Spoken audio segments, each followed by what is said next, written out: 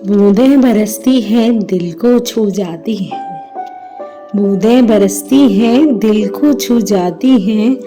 तेरी यादों की बारिश आंखों को भिगो जाती है। नमस्कार दोस्तों, मैं प्रतिमा फिर से अपनी नई कहानी के साथ। आज की मेरी कहानी का टाइटल है फिर वही बारिश। आपको मेरी कहानी पसंद आती है तो प्लीज लाइक और शेयर भी कर दीजिएगा अपने फ्रेंड्स के साथ। तो कहानी कुछ ऐसे है। बारिश का दिन आज फिर से उसकी याद ले आया। रिया का यह तीसरा साल था बेंगलोर गए हुए। रिया 3 साल से बेंगलोर में एक नौकरी कर रही थी, एक वेल रेस्पेक्टेड जॉब, एक बहुत ही अच्छी पैकेज के साथ। 3 साल पहले रिया जब मथुरा रहकर अपनी जॉब के लिए सर्च कर रही थी, तब उसके लिए राहुल का रिश्ता आया था। राहुल एक बड़ा ही होनहार और काबिल लड़का था। साथ ही एक कपड़े की फैक्ट्री चलाता था। उसकी फैमिली भी वेल सेटल थी।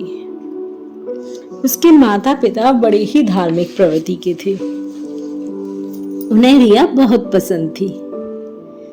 वे राहुल के लिए ऐसी लड़की चाहते थे जो पढ़ी लिखी समझदार हो और राहुल के साथ बिजनेस संभाल ले।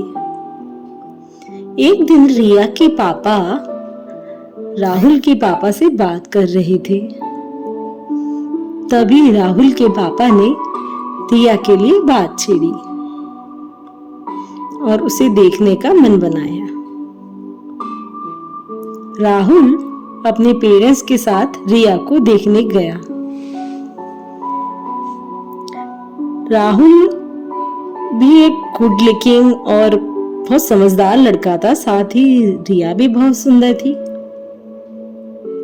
जब राहुल देखने आया तो वह रिया को देखता ही रह गया। गुलाबी सूट, बड़े बड़े झुमके, करली बाल, चंचल और हंसमुख रिया। ऐसा नहीं था बहुत ज्यादा खूबसूरत थी रिया, पर उसकी चंचल शेख हंसी ने सबका मन अपनी तरफ खींच लिया। देखते ही रिया सबको पसंद आ गई। एक नजर में राहुल भी रिया को पसंद आ गया था। राहुल भी टॉल, स्मार्ट और सभ्य लड़का था। जब दोनों अकेले बात करने गए टेरेस पर, तो राहुल ने झट से कह दिया, आई लाइक यू रिया, तुम मुझे पसंद हो। पर रिया बोली, मुझे तुमसे कुछ कहना है। राहुल ने कहा, हाँ बोलो रिया। वो मैं जॉब करना चाहती हूँ। जॉब? हाँ, मैंने अभी एमटेक का एग्जाम क्लियर किया है और जॉब के लिए भी अप्लाई कर रखा है। जल्द ही वहां से कॉल लेटर आ जाएगा। तो राहुल रोकते हुए बोला, पर तुम चाहो तो मेरे साथ शादी के बाद बिजनेस ज्वाइन कर सकती हो। तो रिया बोली, नहीं, मुझे अभी शादी नहीं करनी। मैं पहले अपना करियर बनाना चाहती हूँ।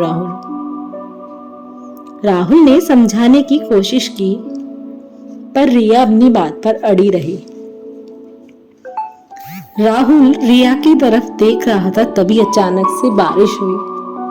राहुल तो वहां से चला गया अपने पेरेंट्स के साथ, पर रिया कुछ देर बारिश में भीगती हुई बस यही सोच रही थी, क्या उसने ठीक किया। तभी अचानक से उसके पापा की आवाज आती है, रिया, रिया, नीचे आओ जल्दी। रिया दौड़ी दौड़ी नीचे आती है।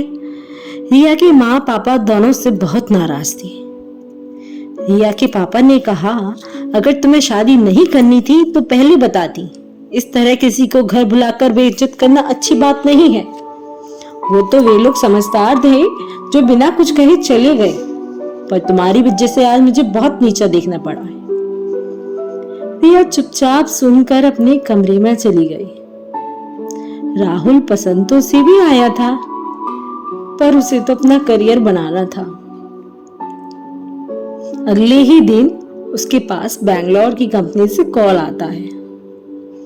उसकी जॉब वहां पक्की हो गई और वह बैंगलोर चली गई। अपने पेरेंट्स से फोन पर ही बात होती थी रिया की। पिछले 1 साल से तो वह घर भी नहीं गई थी। आज रिया के पास अपने सारे सपने पूरे कर लिए रिया ने। उसके पास बड़ी सी गाड़ी, खुद का घर और बहुत कुछ था। बस कमी थी तो अपनों की। आज रिया अपने घर की बालकनी में अकेली खड़ी बारिश की बूंदों को देखकर फिर वही सब याद कर रही थी। दोस्तों, इस कहानी से मुझे एक फेमस मूवी का डायलॉग याद आता है कि लाइफ में जितना भी ट्राई करो कुछ ना कुछ तो छूटेगा ही। इसलिए जो हो जहां हो वहीं उसी को एंजॉय करना चाहिए। बस यही थी मेरी कहानी। अगर आपको कहानी पसंद आती है तो प्लीज लाइक और चैनल को सब्सक्राइब जरूर कर लीजिएगा और अपने फीडबैक आप मुझे कमेंट सेक्शन में राइट डाउन कर सकते हैं। Bye bye.